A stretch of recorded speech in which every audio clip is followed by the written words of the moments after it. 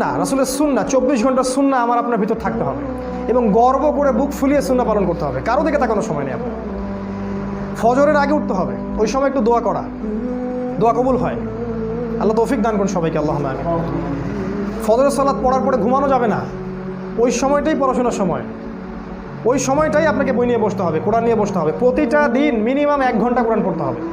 আমার কথা আপনি বোঝেন বা না বোঝেন, কোরআন তেলাওয়াত করতে হবে, বোঝেন আর নাই বোঝেন। আর আমি তো বলছি বারবার, বুঝতে হবে, বুঝতে হবে। আপনাকে আরবি ভাষাটা শিখতে হবে। আরবি ভাষা না জানেন, অ্যাটলিস্ট কোরআনের আপনাকে তর্জমাটা পড়েন, A to Z তর্জমাটা পড়েন। ডেইলি 4-5টা করে হাদিস পড়েন, একটা বিষয়ভিত্তিক বই পড়েন। সকালের 2 ঘন্টায় দেখবেন আপনি অনেক কিছু পড়তে পারবেন, অনেক কিছু। এরপরে ঘুমানো যাবে না, এরপরে আপনি জগিং শুজ আপনাকে পড়তে হবে।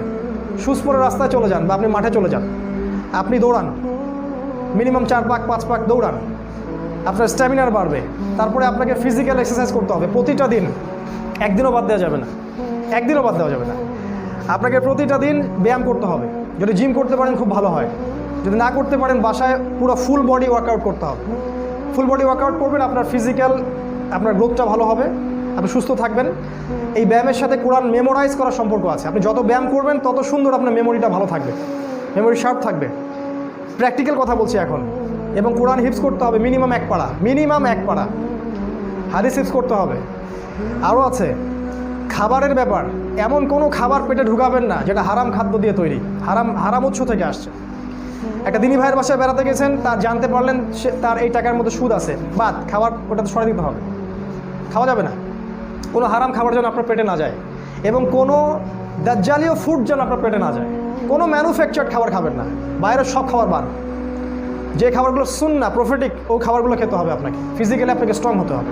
এবং প্রত্যেকটা ছেলেকেই ব্যক্তিগতভাবে, আমরা এখন তো অ্যাসোসিয়েশন ওয়াইজ এটা করতে পারিনি, কারণ করলেই আমাদেরকে ধরে নিয়ে চলে যাবে। প্রত্যেককেই নিজ নিজ তাগাদায় সামরিক যে প্রশিক্ষণ সেটা নিতে হবে। এটা ইউটিউবে পাবেন, ইউটিউবে গেলে দেখবেন সামরিক অনেক প্রশিক্ষণ, অনেক ব্যায়াম আছে। কীভাবে আপনি ফিজিক্যালি ফিট থাকবেন, কেমন করে আপনি পুশ আপ দিবেন, ওদের ট্রেনিং আছে। তো এগুলো এখন অ্যাভেলেবল, এগুলো আপনাকে নিতে হবে। কারণ যে কোনো সময় আপনাকে আল্লাহর পথে আসতে হতে পারে, তখন আপনি কি ওই সময় আবার প্রশিক্ষণ নেবেন? এখন থেকে প্রস্তুত হন। আমাদের যে ভাইরা গ্রাম থেকে আসে, আমি তাদের প্রতি ঈর্ষা করি। তারা অনেক ফ্রেশ জায়গায় থাকেন, ওখানে যে ফ্রেশ বাতাস, ফ্রেশ খাবার, এগুলো আপনাদেরকে অনেক উপকার করবে। কখনো ভুলেও শহরে আসবেন না। আমরা চেষ্টা করছি কত দ্রুত এখান থেকে পালানোর চেষ্টা করছি, কত দ্রুত এখান থেকে পালানো যায়। এছাড়া কোনো হারাম রিজিকের সাথে আমাদেরকে জড়ানো যাবে না, প্র্যাকটিক্যাল কথা বলছি। এরপর আমাদের ফ্যামিলি ইমিডিয়েটলি বিয়ে করতে হবে, যাদের বিয়ের সামর্থ্য আছে ইমিডিয়েটলি। যাদের একাধিক করার সামর্থ্য আছে একাধিক করতে হবে। ওইসব সেকুলার আইন বাদ দেন, বয়স হয়ে গেছে 18 বিয়ে করে ফেলেন, ওইসব আইন টাইন বাদ। প্রয়োজনে জাল কাগজ রেডি করে রেখে দেন, বিয়ে করে ফেলেন, অথবা কালিমা পড়ায় বিয়ে করে ফেলেন, ঝামেলা শেষ। কেউ জানবেন আপনি বিয়ে, কিন্তু আল্লাহর আইনে আপনি জানবেন আপনি বিবাহিত। ট্রিক্স অ্যাপ্লাই করতে হবে। ওরা যদি আমাদের সাথে ট্রিক্স অ্যাপ্লাই করতে পারে, আমাদেরকে করতে হবে। ফালতু জিনিস। আমার বোনের বয়স 17 বছর হলে বিয়ে করতে পারবে না, অথচ একটা 17 বছরের মেয়ে, সে জন্মদানে সক্ষম, সন্তান জন্মদানে সক্ষম। আল্লাহ পাক বলেছেন কোরআনে, হায়েজ হলেই মেয়ের বিয়ে করতে পারবে, এবং সে রুষ্ট হবে। রুষ্ট মানে আকল, সে ভালো মন্দ বোঝে, বিয়ে করতে পারবে। বিয়ে করে ফেলেন দ্রুত, সময় নিয়ে নিচ্ছে বেশি মনে হয়, শেষ করি। দ্রুত বিয়ে করে ফেলেন, পরিবার গঠন করেন, বেশি বেশি সন্তান নেওয়ার চেষ্টা করেন, সামর্থ্য থাকলে একাধিক বিয়ে করেন। এবং আপনি যতটুকু জানেন কোরআন সুন্নাহ, যা জানেন তাই প্রচার করতে থাকেন, যা জানেন তাই প্রচার করতে থাকেন। আপনার পরিবারটাকে স্ট্রংলি করে তোলেন, কোনো কিছু ছাড় দিবেন না, পরিবারে কোনো ছাড় দিবেন না। আমরা অন্য ভাইদেরকে ছাড় দিব, অন্যের প্রতি আমরা নরম হব, ইসলামকে সহজ করে দিব, কিন্তু নিজের ক্ষেত্রে ইসলামকে কঠোরভাবে রাখতে হবে, ইসলামকে নিজের ক্ষেত্রে কঠোরভাবে রাখতে হবে।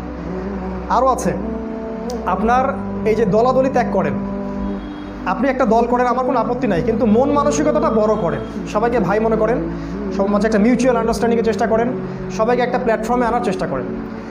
এখন কেউ দায়িত্ব পালন করুক বা না করুক, আপনি দায়িত্ব কাঁধে নিয়ে নেন। দাওয়াত, ব্যাপক দাওয়াত দিতে হবে এখন আমাদেরকে। আগামী 5 বছর, মিনিমাম 5 বছর আমাদেরকে চেষ্টা করতে হবে বাংলাদেশের প্রতিটা জায়গায় যেন ফাউন্ডেশনের শাখা তৈরি হয়ে যায়, প্রতিটা জায়গায়, অ্যাটলিস্ট জেলা শহরগুলোতে। আমাদের কমিউনিটি দরকার, হিউজ আমাদের কমিউনিটি দরকার। আমাদের অবশ্য গরু ছাগলের দরকার নাই, স্মার্ট পিপল দরকার। এরকম পিপল প্রতিটা জেলায় যদি আমাদের 20-30টা করে থাকে এনাফ। এবং প্রতিটা ভাইদেরকে বোঝানো যে আমাদেরকে মুসলিম ভিলেজ তৈরি করতে হবে, মুসলিম কমিউনিটি, এবং সেটা একটা অপশন। দাওয়া দিতে দিতে এই প্রজেক্টগুলো নিয়ে আমরা যখন আগাতে থাকবো, আমাদের জনসংখ্যা বাড়তে থাকবে, আমাদের মাসিক ইয়ানত বাড়বে, আমাদের অর্থনৈতিক ব্যাপারটা শক্তিশালী হবে। এক সময় গভর্নমেন্টও আপনাকে ভয় করবে, গভর্নমেন্টও আপনাকে ভয় করবে ইনশাআল্লাহ। আমি বারবার বলি যে দাজ্জাল শক্তিশালী, ইহুদিরা এখন শক্তিশালী, জায়নিস্ট অনেক শক্তিশালী, কিন্তু তারা আমাদের ইমানের চেয়ে বেশি শক্তিশালী না। কেউ আমাদের ইমানের চেয়ে বেশি শক্তিশালী না। আল্লাহ পাক চাইলে আমাদের ইমানের কারণে আকাশ থেকে ফেরেশতা নাজিল হবে। এটা হয়েছে আগে, এখনও সম্ভব। এটাকে বিশ্বাস করেন? এটা সম্ভব। আর ইসলামের বিজয়টা সংখ্যাগরিষ্ঠতা দিয়ে হবে না, উন্নত প্রশিক্ষণ দিয়েও হবে না। আমাদের বিজয়টা ইমান দিয়ে হবে। আল্লাহ পাক আমাদের এই বিজয়ে আমাদেরকে বিজয়ী কাফেলার সাথে অংশ নেওয়ার তৌফিক দান করুন, আল্লাহুম্মা আমিন। এখন ভাই, শেষ কথা হচ্ছে, সময় কম, আমাদেরকে প্রস্তুতি গ্রহণ করতে হবে। প্র্যাকটিক্যাল প্রস্তুতি, অর্থনৈতিক প্রস্তুতি, ধর্মীয় প্রস্তুতি, সব কিছু গ্রহণ করতে হবে, শারীরিক প্রস্তুতি। এবং ফাউন্ডেশনের আহ্বান হচ্ছে, আপনারা যা কিছু আছে, মেধা হোক, টাকা হোক, জমি হোক, আপনাদের প্ল্যান হোক, কোনো প্রজেক্ট হোক, যা কিছু আছে সেটা দিয়ে আমাদেরকে হেল্প করেন।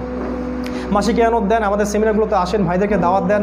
আমরা কোনো দলাদলি যাচ্ছি না, আমরা পড়াশোনার একটা রেভলিউশন চাচ্ছি, যে ব্যাপক পড়াশোনা যেন আমাদের উম্মার এই যুবকরা, যুবতীরা, এই ছোট বাচ্চারা করতে পারে। আমরা যাচ্ছি ইকোনমিক হালালত্ব, সব হালাল ইকোনমিক সোর্স আমরা চাচ্ছি। আমরা যাচ্ছি মুসলিম ভিলেজের কনসেপ্ট। আমরা যাচ্ছি ব্যাপক দাওয়া এবং নারীদের মধ্যে ব্যাপক একটা রেভলিউশন। এই জিনিসগুলো নিয়েই আমাদের ফাউন্ডেশন। এখানে আসলে আহামরি এক্সট্রাঅর্ডিনারি কিছু নাই, এগুলো বেসিক জিনিস, ইসলামের বেসিক জিনিস এবং সোশ্যাল ওয়ার্ক। আল্লাহ পাক আমাদের সবাইকে এগুলো বোঝার তৌফিক দান করুন।